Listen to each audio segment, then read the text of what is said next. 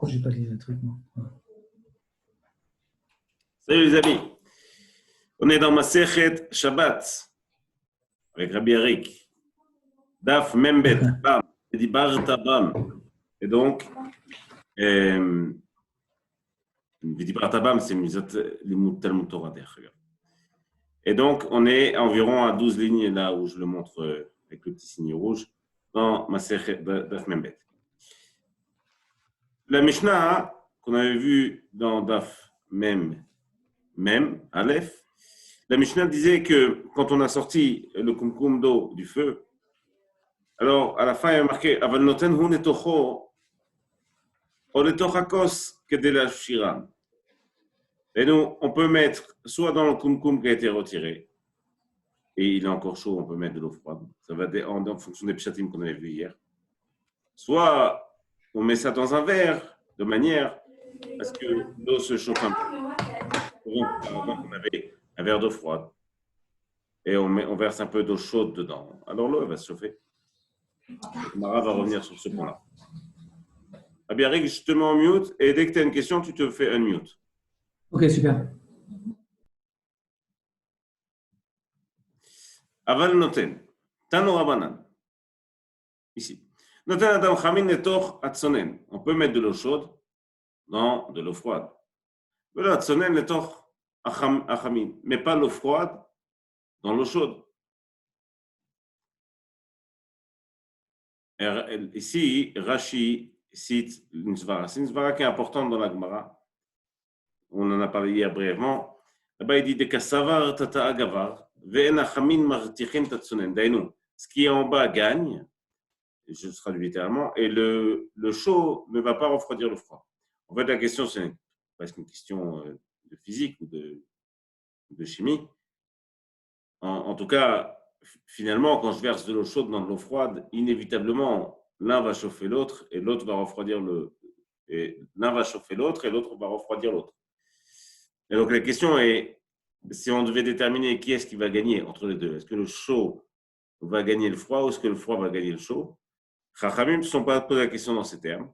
Ils se sont dit, quand on verse, on va gager aussi que c'est à quantité égale, quand on verse d'un endroit vers un autre, c'est l'endroit vers lequel on va qui va prendre le dessus en termes de température. Et donc ici, Rashi explique que savar tata gavar, ce qui est en bas, il est supérieur. C'est la raison pour laquelle, pour l'instant, ce qu'on voit, c'est qu'il peut donner chamin et torsonen, on peut verser du chaud dans le froid parce que le chaud ne va pas réchauffer le froid sur lequel il est versé, puisqu'il pense que c'est en bas, ça gagne. Velot sonen et torchamin, on ne peut pas mettre du froid dans du chaud. A priori, c'est censé être la même mécanique calorique qui est en place, mais en l'occurrence, comme en bas, cette fois-ci se trouve le chaud, on va dire que le chaud va réchauffer le froid. Akol zeh divrei Bet Shammai. Ou Bet Hillel omrim, Bet Hillel eux disent, ben chamin netoch hatzonen, ben tzonen netoch hachamin mutar. On peut mettre du chaud dans du froid dans du chaud, c'est akol mutar. La Gemara pose la question, elle dit, ben met varim amorim. De quoi on parle exactement? Parce que on parle a priori pas de quelque chose qui est sur le feu. Mais est-ce qu'on parle d'un kli rishon? Pour rappel, on a ce qu'il y a sur le feu. Le kli rishon, c'est le kli qui était sur le feu. Même quand il n'est plus sur le feu, il s'appelle quand même kli rishon. Même quand il n'est plus sur le feu, il y a toujours cette force pour cuire. Ce qui a été sur le feu, il garde la force le pouvoir, on va dire, de cuire. Dès qu'on fait passer dans un autre kli, dans un autre ustensile, alors ça s'appelle kli, il perd cette force. Rolofan ici, la Gemara pose la question, il dit, ben varim amorim. Bekos, dans un verre, Rachidi, de l'ishtaï kabaï. C'est fait pour boire. Veloni chale shichumo arbe. C'est un cliché, en plus, c'est pas censé chauffer beaucoup. Aval bambati, mais dans une grande baignoire, chamin letoch hatzonen, velot sonen letoch hachamin. On peut mettre du chaud dans du froid, mais pas du froid dans du chaud. Donc, les filles, et même pour Bet Hillel, dans une grande baignoire, on ne pourra pas faire ça. Et Rabbi Shimon ben Menassia, Oser. Et Rabbi Shimon ben Menassia, lui, il interdit tout. Tu la Gemara rajoute et dit Amar Rav Nachman alakha Rabbi Shimon ben Menassia. La La Gemara dit au nom de Rav Nachman que la halakha est comme Rav Nachman d'Aïnou, que c'est assourd. De verser du chaud dans du froid. Du froid dans du chaud. Chamin netoch velot tsonen netoch chamin. On va comprendre tes rêves de quelqu'un en parle. Parce qu'a priori, il y a Hillel, il y a Shammai, et puis il y a Rabbi Shimon ben Assia qui vient à Achmir. On ne sait pas exactement sur quoi. Savar, Rav Yosef, les Memar. Rav Yosef, lui, s'est posé une question. Il s'est dit, Sefel. Sefel, c'est comme une bassine. Areo Kambati. Étant donné que Sefel, il est fait pour se doucher, enfin, en tout cas, pas pour se doucher, mais pour prendre de l'eau, pour pouvoir se rincer, etc. On parle à l'époque, évidemment. Areo Kambati. Mais ce qui nous intéresse ici, ce n'est pas tant que la technique, c'est surtout que la qualité de l'ustensile. C'est une sorte de bassine, c'est assez grand, il y a de l'eau quand même. Ce n'est pas non plus une piscine. Mais d'un autre côté, c'est aussi pas fait pour boire. C'est-à-dire, aussi bien en termes d'utilité que de quantité, le Sefel nous intéresse. Quand on fait ici, Rav Yosef dit les mémoires, Sefel Areo Kambati. Est-ce que c'est seulement un verre, ou alors, dès que c'est plus grand qu'un verre, comme par exemple un Sefel, je dois regarder ça comme une ambatia, comme une grande bassine ou une baignoire. Et à ce moment-là, la halakha, c'est comme Shimon ben Menassia, Daïnou, même là-bas, ça sera assourd. Rachid dit, Falgav de Klisheni, oil, velo le shtia, même si c'est vrai que c'est un Klisheni, mais il est fait pour se baigner ou pour se prendre de l'eau pour se rincer. Il faut dire que c'est assourd. Et l'aura, Biglal, que c'est assourd de se laver à l'eau chaude, on va voir Techef que ce n'est pas le cas. Mais peut-être que comme il y a des quantités d'eau qui sont plus importantes, alors le dîner change. Amar le Abaye. Abaye va rapporter une braïta. Il dit Tane Rebechia. Rebechia nous enseigne la chose suivante. Sefel, eno keambati. Alors, Sefel, quand c'est une bassine, c'est toujours quelque chose qui se comporte techniquement, et même en termes de chaleur et de température, comme le verre. Ambati, là, c'est l'ambati, la baignoire, c'est autre chose. Et pourquoi Bémet s'est posé cette question? La Gemara va nous expliquer. Le maï de Salik Adata Meikara de Sefel à Réou Kambati. Pourquoi il s'est demandé est-ce que Sefel c'était quand même un bâti ou pas? Rav Nachman Lacha qui Rabbi Shimon ben Menassia. Et que là-dessus, c'est vrai qu'on a vu que Rav Nachman dit que la Lacha est comme Rabbi Shimon ben Menassia. Donc même dans un Sefel, ça serait interdit de mettre du froid dans du chaud. Et la Beshabbat Rechitza Bechamin Lika. Si tu penses comme ça, donc tu as annulé la possibilité de se rincer à l'eau chaude Shabbat. Or, on avait déjà vu qu'on peut se rincer Panav Yada Veraglav, au moins les pieds, les mains, le visage. Alors, comment tu vas faire si c'est-à-dire que techniquement, il n'y a plus les moyens de le faire. Si je ne peux pas mettre dans une bassine, alors comment je me retrouve dans une situation où Chachamim m'ont dit que j'avais le droit d'utiliser de l'eau chaude pour Panav Yada Veraglav? C'est compliqué cette mitziout. La Gemara dit Misavar ta Rabbi Shimon Sefakae. Est-ce que tu penses que Rabbi Shimon, c'est pour ça qu'on a mis ça de côté tout à l'heure. Regarde, si on reprend le talir de la Braïta ici, on a vu Beth Hillel qui nous disait, Beth Shammai qui nous disait, on peut verser du chaud dans du froid, mais pas du froid dans du chaud.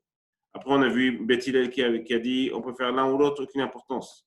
Mais ça, c'est dans un verre, mais pas dans un matière. Après, on a vu Rabbi Shimon qui dit, non, ça assourd. La Gemara a dit, Vechi savarta. Je l'ai perdu. Apa. Mi savarta.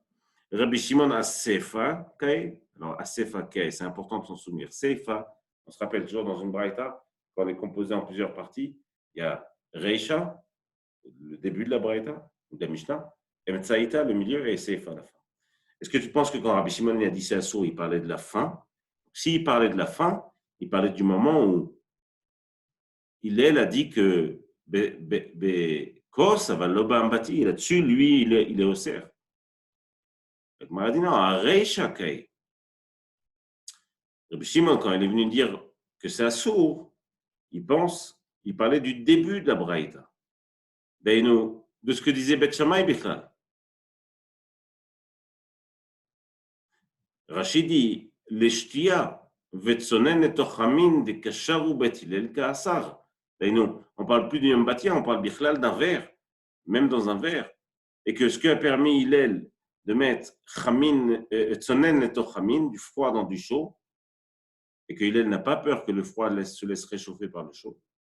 Sur Reb Shimon, il est osser. Arei Shakae, donc sur le début de la Mishnah, Bet Hillel matirin ben bechamin, letoch tsonen, ou ben tsonen letoch chamin. On a vu que Bet Hillel permet les deux cas.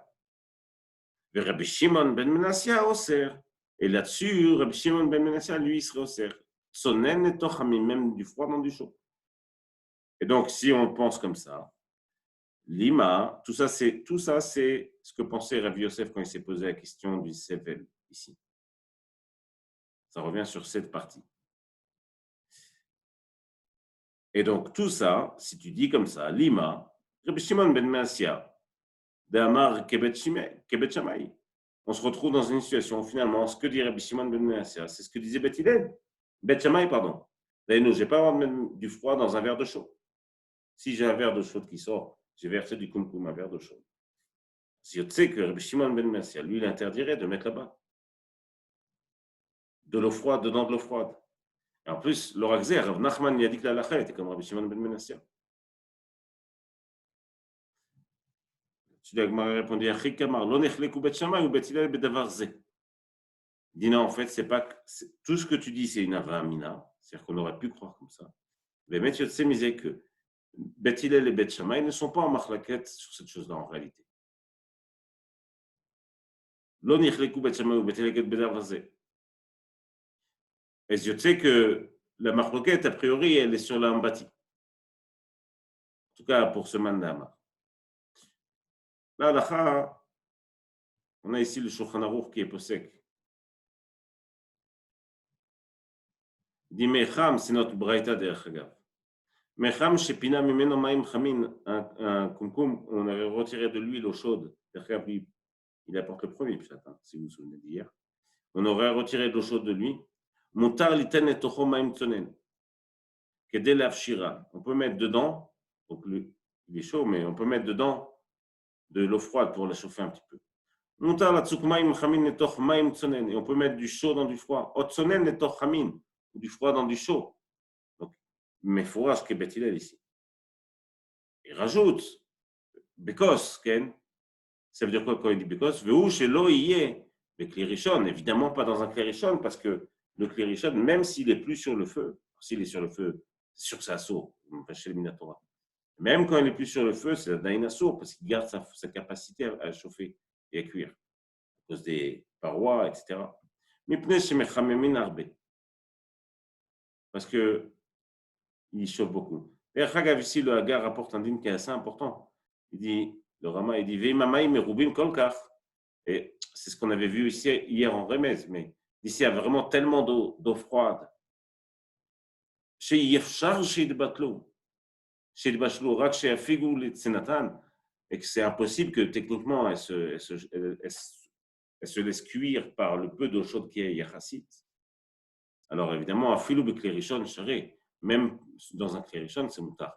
À Kolzé, si c'est Rak Shelo Yalaesh, évidemment, toujours pas sur le feu, parce que sur le feu, il finira par cuire.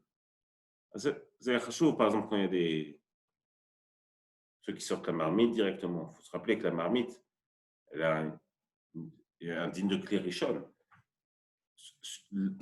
Concernant klirishon et klisheni, la plata, elle est considérée comme le feu, mamash.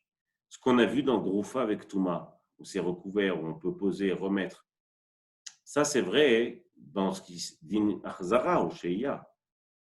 Mais sur la capacité à cuire, c'est-à-dire que c'est vrai pour nous donner un siman à nous, donc ça retire toutes les xérotes que Chachamim ont interdit de faire. Comme on a un siman, on n'a pas peur. Mais en termes de capacité à faire cuire, la plata, elle est mamash comme le feu. D'ailleurs, tu sais que le plat qui est sur la plata, lui, il est klirishon mamash. C'est comme si il était sur de feu. Techniquement, j'ai aucune différence entre ça et ça. Le fait que la plata, elle n'est pas klirish, la plata, elle est tout le temps comme Nershavet, comme un feu. La différence qu'on a vue, c'est par rapport à laisser sur la plata avant Shabbat ou reposer sur la plata.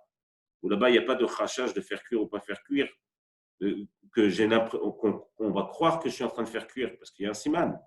Mais en termes de capacité, ben, même la plata, c'est un feu. C'est important de se souvenir. Et tu sais que les chamines, la daf que vous avez sur la plata, c'est comme si elle était sur le feu, il n'y a aucune différence. En termes de bichoul. Il y a une différence en termes de maritime, ce que les gens vont voir. En termes de niré ou zilut, au colminé de vari, mais en termes de capacité à cuire, c'est la même chose. Et donc, on voit mettre que la lacha, évidemment, comme Beth Hillel, et elle est comme la deuxième svara sur le Shimon ben Menatzir. Là-dessus, Amar Avuna, Béré de Rav Yoshua, Chazina, j'ai vu les Rava de l'Okapid. J'ai vu Rava qui faisait pas attention à mettre de l'eau chaude, de l'eau froide. Amana Amid Taner Bechia, noten Adam Kiton Shel Maim, Netoch Sefel Shel Maim, Ben Chamin, Netoch Tzonen, Ben Tzonen, Netoch Chamin. Il rapporte la Braïta de Rabbi Chia, qui dit qu'un homme peut mettre Kiton Shel Maim. Kiton Shel Maim, c'est une sorte de jarre. Ici, on a une petite illustration. Vous savez, Kiton Shel Maim, on peut la mettre soit versée dans de l'eau chaude, soit la laisser tremper dans de l'eau chaude. Et lui, il faisait ça, il ne faisait pas vraiment attention à faire à ce qu'on avait vu dans la Braïta d'avant. Ben Chamin et Tortsonen, Ben Tsonen et Tor Chamin. Amar le Ravuna le Rav Ashi Dilma Sha'ane. Peut-être que c'est différent en termes de mif, c'est cli. Comme il trempait entièrement le cli, peut-être que la chaleur était malgré tout un petit peu interrompue par les parois du cli qui étaient trempées. Donc peut-être que c'est pour ça qu'il ne faisait pas forcément, il n'était pas mahmir là-dessus. Réponse non. Bemet, il pense que le sefel, donc ici, le sefel, Bemet, il est comme un kos, l'école d'avar. Pas qu'il est comme un bâti, il est comme un kos, l'école d'avar. Et d'où elle est la preuve? La preuve, c'est que c'est pas qu'il verse, il mettait la jarre ou le verre dedans, il versait. Amarle, meharé, c'est verser. Itmar. Et c'est pour ça que tu dois comprendre. Meharé Adam kiton shel maim, le torsefel shel maim. On verse, Bemet, une jarre d'eau, un grand verre ou un bro d'eau dans un sefel, dans une grosse bassine. Ben chamin et tortsonen, ou ben tsonen et torchamin. Que ce soit du froid dans du chaud ou du chaud dans le froid. Alors là, il y a un dion important qu'on va voir, mais ce qu'on voit, c'est que on ne fait plus l'eau bégadol, on ne fait pas attention chaud, froid, froid, chaud, à part dans un seul cas, et c'est un petit peu la mascana, c'est que quand on va verser sur quelque chose qui se trouve en capacité à être clairichonne, c'est-à-dire que soit s'il est sur le feu mamache, soit il a été retiré du feu. Dès qu'on n'est plus là-bas, on regarde l'halakha comme ici, comme Ravuna, comme Rabbi Chia et comme il est rapporté. Et nous, le chaud ne va pas refroidir le chaud ne va pas réchauffer le froid, même dans de l'eau quand c'est Beklichéni. Ici, il y a un dion, est-ce que quand on verse un clairichon, ça s'appelle clairichon ou pas? On va le voir. Mishnah Chadasha. Aïlfas, c'est une sorte de grande assiette. Ve'agdera, et la marmite. Chez Viran Mirotahim, donc on les a retirés du feu. Ça, Ben Hashmashot, après Shabbat. Loïten et Tochan Tavlin, on ne peut pas mettre des épices dedans. Pourquoi? Parce que les épices, ils s'appellent Kalebichoul. Kalebichoul, ils sont cuits facilement. Et donc, là, comme la tzalachat, le grand plat ou la marmite, eux, ils sont klirichon. Si je mets dedans un peu de kousbora ou des épices ou du poivre, ça va cuire tout de suite. Aval noten hun letoch hakara ou letoch hatamchoui. Mais on peut mettre dans un sous-plat, pas dans un sous-plat, dans un plat qu'on met à table, donc c'est en fait un clichéni ici, un chidi des clichénis, ou alors dans le bol, parce qu'ils sont clichénis, donc là-bas on n'a plus peur. Rabbi Yehuda Omer, là-dessus Rabbi Yehuda rajoute et dit, on va voir Techef de quoi il parle, la kol ou noten, tu peux mettre partout des épices, chutz midevar sheyesh bo chometz vetzir, à part dans ce qu'il y a soit du vinaigre, soit du tir. Tir, c'est le jus du poisson, je ne sais pas comment on appelle ça, mitz du poisson, mais un petit peu acide comme ça. Bon, pourquoi? Parce que leur capacité à cuire, elle est encore plus forte, et donc quand c'est chaud, alors là, ça augmente encore plus la cuisson. là, directement, les choses vont cuire. Directement, la Gemara elle pose la question, Iba elle est où? Attends, de quoi il parle Rabbi Yehuda? Est-ce qu'il veut dire qu'on peut mettre dans tout, même quand c'est quand c'est dans un klérishon, à part s'il y a du chometz ou tsir, à ce moment-là, il serait meod mekel? Ou est-ce qu'il veut dire non, tu peux mettre dans tout, dans les klishénis, à part si même dans le klishéni, il y a du chometz et du tsir. À ce moment-là, il serait mahmir. Est-ce qu'il parle du début de la Mishnah, où il dit qu'on peut mettre dans tout là où il y a du chometz? Ou est-ce qu'il parle de la fin? S'il parle du début, il est plus cool que les autres. S'il parle de la fin, il est plus mahmir que les autres. Et bien, il est où? On s'est posé la question. Rabbi Yehuda, il parle de quoi? Reisha Kae, Velekula. Est-ce qu'il parle du début de la Mishnah? Et donc, il serait plus Mekel. Pourquoi il serait plus Mekel? Parce que le début, elle parle d'un klérishon. Donc, lui, selon lui, son avis, ça voudrait dire que on peut mettre dans n'importe quel klérishon, sauf si dans ce klérishon, il y a du chometz. Donc, il est Mekel, parce que les autres, ils interdisent tous les klérishon. Ordilma Asefa. Ou alors il parle de la Sefa, la fin de la Mishnah. À ce moment-là, il est mahmir. Il voudrait dire, même quand tu as fait passer dans un klisheni, tu peux mettre dans tout, à part si dans le chometz, même s'il y a du chometz, même si c'est un klisheni, s'il y a du chometz, à Daïn, ce sera assaut. Et donc, il serait mahmir, parce que les autres, ils permettent à partir du moment où c'est klisheni. Tashma, on va. Netanya Rabbi Yehuda Omer. Rabbi Yehuda dit, la kol, les chol, il fascine dans toutes les assiettes où nous tenons. Dans n'importe quel plat chaud, on noten. À part si c'est quelque chose qui a du chometz ou du tsir. Et donc, Yotse, on a l'impression qu'il pense qu'il est Mekel. Savar, pour l'instant, la maskana, c'est dire qu'il est Mekel. À propos des Tavlinim, il est à Rabatzad. Savar Rav Yosef le Mema. Rav Yosef s'est posé la question. Melach, le sel. Est-ce que ça ressemble à un tavlin ou est-ce que non? Au contraire, ce n'est pas un tavlin, c'est l'inverse qui vient c'est beaucoup plus dur qu'un tavlin. Melach Arou que tavlin, est-ce qu'il est comme un tavlin de Bekli Rishon, Bashla, ou Bekli Sheni, la Bashla, puis il se laisse cuire dans un Kli Rishon, mais pas dans un Kli Sheni, comme on a vu dans la Mishnah qu'on est en train de voir, là-bas, à Ilfas, Vagderen, qui sont eux Kli Rishon, là, ils étaient en tavlin, parce qu'ils se laissent cuire. Donc, est-ce que le Melach, il est comme ça? Ou est-ce que non? Amar la Abaye, Taner Rebechia nous enseigne. Melach, enokel tavlin. Le Melach, il n'est pas comme le tavlin. Je sais que les Chora, on peut le mettre dans un cliché. Le cliché ni nami bashla. Mais dans un cliché, il se laisse cuire. Oufligé de Rav Nachman. Il a marqué là-dessus avec Rav Nachman. Damar Rav Nachman tzricha milcha bishula ke bisra de toura. Pour faire cuire, si on veut faire cuire du sel bien, c'est aussi dur que la viande de taureau. Apparemment, c'est très dur à faire cuire le sel. Manière qui parle des blocs de sel, on ne parle pas du sel de table. Bechlofen, apparemment, le sel, donc il est pas là-dessus, il ne ressemble pas au tavlin. Il est donc ce que pense Rav Nachman.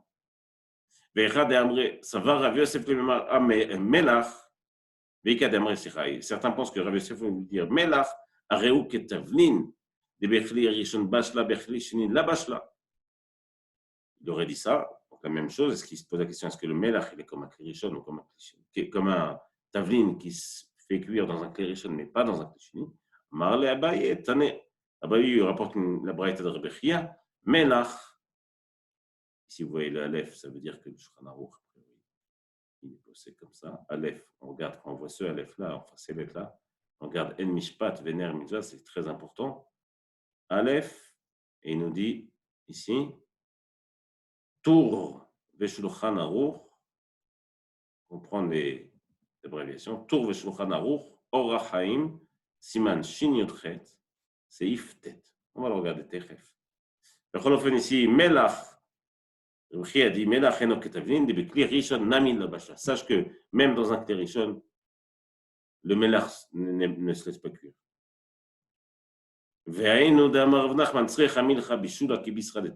deuxième imra de Rabbi Chia, c'est un peu l'inverse de la première. et pense comme Rav Nachman, le Melach il est très dur à cuire, on peut le mettre même dans un Kli Rishon. Pas comme un Kli Rishon qui est sur le feu, mais on peut le mettre dans un Kli Rishon. Si le Shulchan Aruch il possède dans tête c'est ici, Kli Rishon, afilou lachar sheviru ma'alai mevashel, le Kli Rishon il a la capacité de cuire même quand il est plus sur le feu, kol zman sha'iyat soledet bo, tant qu'il est très chaud. Évidemment, une marmite que vous aurez retirée du feu qui ne serait plus du tout chaude, il n'y a plus de question de cuire dedans. Alors, tant qu'elle est chaude, il y a de soledet bo, donc on va dire en tout cas au moins 42 degrés. La Zichora, elle n'a pas perdu sa capacité à faire cuire. Les fichach, asur liten letocho tavlin. On ne peut pas mettre d'épices dedans. Alors, le melach mutar liten letocho. Kevan sheviru me'alesh, mais le sel, puisqu'il est plus sur le feu, on peut le donner parce que les tzricha, et l'avantage d'étudier la Gemara, Baruch Hashem, en dehors du fait que ça donne une vue sur toute la Torah. Pareil pour le Rambam Yomi, je ne sais pas qui fait le Rambam Yomi, mais c'est bien de le faire. Là, en 2 ans et demi, vous allez faire le tour de la halacha, toute la halachot qui existe dans la Torah, des 613 000 autres. C'est fabuleux. Rolofen, on voit directement ici qu'Evan Shevir Meresh, des tzricha, il rapporte quoi? Tzricha, milcha, bishula, qui sera des Torah. Parce qu'il pense au Shulchan Aruch que pour faire cuire du mélar, c'est dur comme la viande de taureau. On voit très, très même mes fourrages qui pensent comme Rav Nachman, et comme la deuxième imra de Rabbi Chia ici. Melach, donc Ketavin. Beza halacha, bémet. Adkan pour l'instant le bichoul. Maintenant, on va ouvrir une petite parenthèse, mais pas des moindres, parce qu'elle est très importante aussi. On va parler de Muktzeh. Mishnah Chadasha. En notnin kli tachat haner. On ne peut pas mettre une assiette en dessous d'une lampe à huile. Le kabel boet hashemen, pour récupérer les gouttes d'huile qui vont tomber. On parle de ça. Vous voyez, il y a une petite lampe comme ça, on met en dessous de l'huile parce que ça coule. Alors, soit parce qu'on a envie de récupérer l'huile, soit parce qu'on n'a pas envie que ça salisse, comme j'en ai Colgar pour l'instant. Mais on ne peut pas mettre un plat en dessous. La raison, elle est importante. Voilà voir. Le kabel boat hashemen. Veim natnom mi ba'od yom, mutar. Mais on a le droit de le faire avant Shabbat. Et là, il y a un grand clal. On ne peut pas profiter de ça. On ne peut pas profiter de cette huile parce qu'elle n'est pas prête. Elle ne fait pas partie des choses qui sont prêtes pour Shabbat. Et là, c'est quoi le clal dont on va parler maintenant? C'est, ici en l'occurrence, Muktzeh, Chamat Mitzvah, mais pendant que Shabbat est en train de rentrer, le statut du Muktzeh, il est acquis à l'entrée de Shabbat. Donc pendant que Shabbat va rentrer, cette huile, elle n'est pas Mouchana. Elle est faite pour la bougie, comme on le voit là. Elle va servir à la bougie. Cette huile, certes, elle est en train de couler, mais elle est pour la bougie. Donc, elle n'est pas mouchana, elle n'est pas prête à être utilisée pour autre chose. Donc, elle va être mouktée pendant tout Shabbat. La raison pour laquelle on ne peut pas mettre une assiette en dessous de cette bougie, Rashi rapporte 2 tamim. Ici, les 2 sont importants. Je mets en bleu et en rouge. Le premier, il dit que le shemen mouktseou, étant donné que l'huile qui va couler, elle est mouktée, je n'ai pas le droit à Shabbat, c'est vrai, j'ai le droit de porter un kli, j'ai le droit de prendre une assiette même ça, mais je n'ai pas le droit de prendre une assiette pour porter quelque chose que je n'aurais pas le droit de porter. Or, si je prends cette assiette, je la mets sous la lampe à huile, quand l'huile va tomber, je ne pourrai plus porter l'huile. Donc, j'ai transporté cette assiette pour quelque chose qui finira par être assourd, donc c'est assourd de le faire. Premier terme de Rashi. Deuxième terme de Rashi qui est aussi important, dit assour levatel klemer. Je ne peux pas annuler la fonctionnalité d'un outil ou d'un ustensile. Or, si à partir du moment où je vais mettre l'assiette en dessous de la lampe à huile, dès que la première goutte d'huile aura tombé, c'est fini, j'ai tué mon assiette pour Shabbat. Je ne pourrai plus l'utiliser. C'est assourd de faire Shabbat. Parce que c'est comme si j'avais annulé le kli, l'existence du kli pendant Shabbat. C'est assourd. Donc, c'est 2 raisons pour lesquelles on ne peut pas le faire. Amar Afrizda. Afrizda nous dit, Afal Pishamrou, on va essayer de comprendre maintenant un cas qui ressemble. Afal Pishamrou, en notnin kli tachat tarnegolet lekabel betzata. On ne peut pas mettre une petite assiette en dessous d'une poule pour récupérer l'œuf. Un petit panier, on va dire, pas une assiette, un panier. En dessous de la poule pour récupérer l'œuf. Nagid que Rachid dit ici, par exemple, imaginez que la poule sous le poulailler se trouve dans un endroit qui est bancal comme ça. Et donc, qu'est-ce qui se passe quand elle laisse tomber son œuf? L'œuf, il roule et il s'écrase à chaque fois, parce que le poulailler est bancal. Comme midron, Rachid appelle ça. Donc, le type, il a envie de mettre comme ça un petit panier sous les poules pour que l'œuf ne se casse pas. C'est assourd. Pourquoi? On va le voir. Mais par contre, si elle a fait un œuf, j'ai le droit de recouvrir, de mettre un bol dessus pour pas qu'il se casse, pour pas qu'on marche dessus par erreur, pas qu'il se casse. Et les deux cas, ils se ressemblent. C'est-à-dire que dans les deux cas, l'œuf, il est moukté. Alors, l'œuf, c'est la définition pure et dure du moukté. C'est-à-dire qu'il est nolad. Il est né pendant Shabbat. Il n'y a pas plus moukté que ça. Alors, bon, dans un œuf, il est préparé avant Shabbat, mais dans le concept qui est né pendant Shabbat, qui a été créé pendant Shabbat, c'est le top du moukté. Parce qu'à l'entrée de Shabbat, il n'y avait pas d'existence. Et donc, il est forcément moukté par nature. Alors, dans un œuf, c'est un petit peu spécial, parce qu'il existait sous une forme spéciale dans le ventre. Enfin bref. Mais dans l'essence, c'est ça. Dans les deux cas, l'œuf, il est moukté. Et là, je ne peux pas mettre un panier en dessous de la poule, mais je peux mettre un panier au-dessus de l'œuf. Ça tenirait mouzard. Les deux cas, ils ressemblent à mettre une assiette en dessous de la lampe à huile. Il y en a un qui est moutar, un qui est assaut. Amar Rabba, Maïtama, de Rav Chizda. Pourquoi il dit ça, Rav Chizda? Que Savar, ce qu'il pense. Tarnegolet asouya la tzil betsata be'ashpa. La poule, elle va faire toujours attention à ce que l'endroit où elle pond ses œufs soit un endroit stable. Elle ne va pas s'amuser à pondre dans un endroit bancal ou penché. Et là, c'est le cas qui est important. Vatsala metsuya et tirou. Et alors, Atsala, c'est sauver. Mais à Kavana, une condition qui est fortement probable, Chachamim l'ont permise, mais une condition qui n'est pas probable, Chachamim n'ont pas permis ça. Et nous, là, je vais essayer de la tille l'œuf sur quelque chose qui est probable. C'est probable qu'on marche sur un œuf. Donc, j'ai le droit de mettre, parce que l'œuf, il sera pondu, j'ai le droit de mettre quelque chose dessus. J'ai pris le clip pour quelque chose qui était assourd. Je n'ai pas porté du assourd, mais je l'ai pris pour quelque chose de assourd.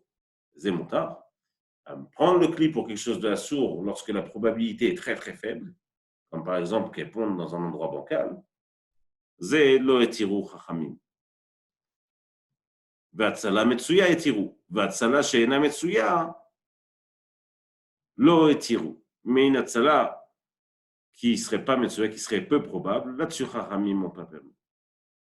Adkan, daf, membet. On continue demain avec cet exemple, c'est pour ça qu'on ne peut pas rentrer trop dans la suite. Mais dîner moukté. On a vu donc dans le DAF aujourd'hui, on a vu l'histoire de mettre du chaud dans du froid, donc c'est toujours moutar beklishenim, begadol.